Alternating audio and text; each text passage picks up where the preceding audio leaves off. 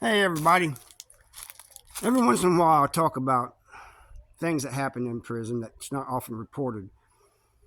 The latest one I got, and I'm a little late on this because I hadn't went over to my page for a while. Somebody was telling me about in Farmington Correctional Center, a dude OD'ing. There's been many stories coming out of Farmington and South Central Correctional Center in Licking, Missouri about people, things like that happening, or all of a sudden they being deleted either by themselves or others. And this Michael Keithley, he's from Bolivar, Missouri. And these things are not often reported, you know. You don't hear it on the news. Somebody says, well, why don't you hear about the shankings and all this going on in the prison? Because a lot of times they don't report it unless it's something real big and or the news gets a hold of it. They like to keep these things under wrap. But the reason this is happening is, like I said before, at least in South Central Correctional Center, the visiting room, when you come into the visiting room, it's hard to get things in now because you got to walk through this thing and it kind of tells them if you got anything on you. There's no paper mail in Missouri anymore. It's almost all gone. So it's not coming in through the mail. It tells you it's only coming in through one way, COs. There's not drones dropping it. That would be on the news. So COs doing this. And most of them, like in last year, I think it was, in October, in a 6-week period, they had just as many people OD. And some of them came on the news and tried to say it's natural causes. People in the prison that I'm still in contact with, they're saying no. All of them are ODs. So this is what's going on. And a lot of you out here, I know, who don't have any loved ones in prison are saying, who cares? They're prisoners. Well, apparently you haven't heard about Lamar Johnson just getting exonerated, or the Chris dude. There's many people in there that's innocent. I mean, on the average, the United States on the average is low, but there shouldn't be one innocent person in prison. But it doesn't matter, they're human beings anyway. And you don't care about them. But you would care if it was your son, your father, your husband that was in prison.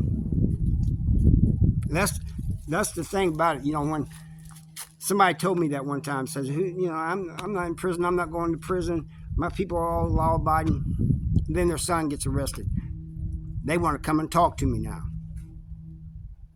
about their son being in jail and what's it going to be like for him in prison. I said, you didn't care before. Well, I know. I said, why should I care now? But I can't help it. I do care. Every day, you see all this gray here? That's why I keep my hair cut short. Partly the reason I keep it cut short, and partly because growing it long, it doesn't want to grow long anymore like it used to. You know, hair when it gets old is it's different. Anyway, it's the stress of every day, every single day. When these people wake up, they don't know if they're going to make it through another day. Every single day, their loved ones on the streets in the free world are worrying about them. They could be the person you meet in the store line. That happened to me one time. There was a woman in front of me, and she kept turning around and looking at me. And she says, you remind me of my son. And I said, well, I look like him? She says, no, it's just the way you behave. And then she told me her son was in prison, and in the visitor room, he's always looking around and stuff, you know. And we got in a long conversations after we bought our stuff, you know. So you never know. You could be standing next to somebody who has a loved one in prison, you know. These are the people, they worry every day about their loved one in prison, probably more than the person in prison themselves. The reason why is because at least the person in prison knows what to expect each day if he's staying aware. You know, he knows what's going on.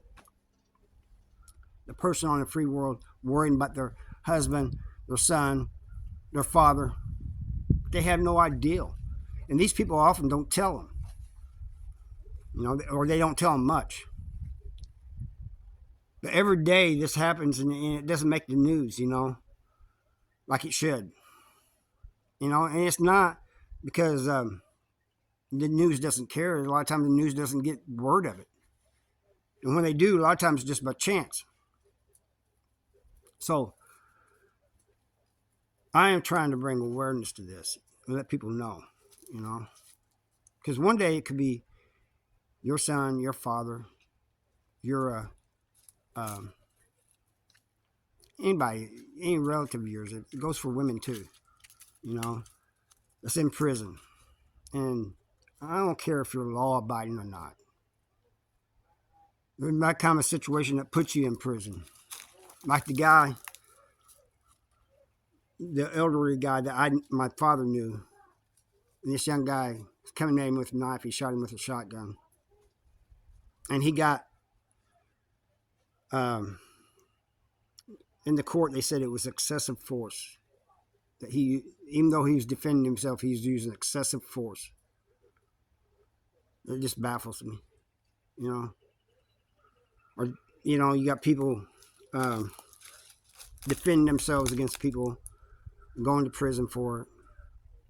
Let me ask you something. If you're, or tell you something rather. If you're willing to delete somebody to protect your family, I'm telling you right now. Of course, it probably depends on the state, but I'm telling you right now, a good chance you're going to go to prison. And so, a lot of these people have, you know, loved ones of the incarcerated. They have questions because the prison a lot of times don't tell them everything. I know a couple whose son, well, it's a mother and a sister of a guy that was incarcerated in Farmington Correctional Center, and they have questions about him passing. And the DOC won't tell them. They won't tell them much. They say it's an internal investigation. I think there should be an independent source doing this investigation outside the prison. The prison shouldn't investigate itself, the things that's going on in prison.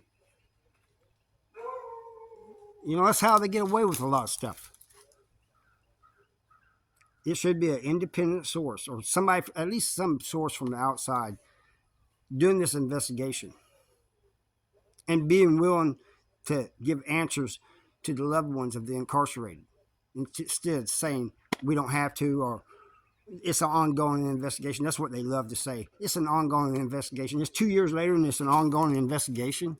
Really? So every once in a while when somebody brings something like this to my attention about somebody, this happened to somebody in prison, I'm going to do a video on it because I want people to know. Anyway, I thank you for watching. If you have any comments, give me your opinion, your views, whatever you think. I don't mind. You know, I'll try to answer them all and respond to them all. I thank you for watching. See you next time. Bye.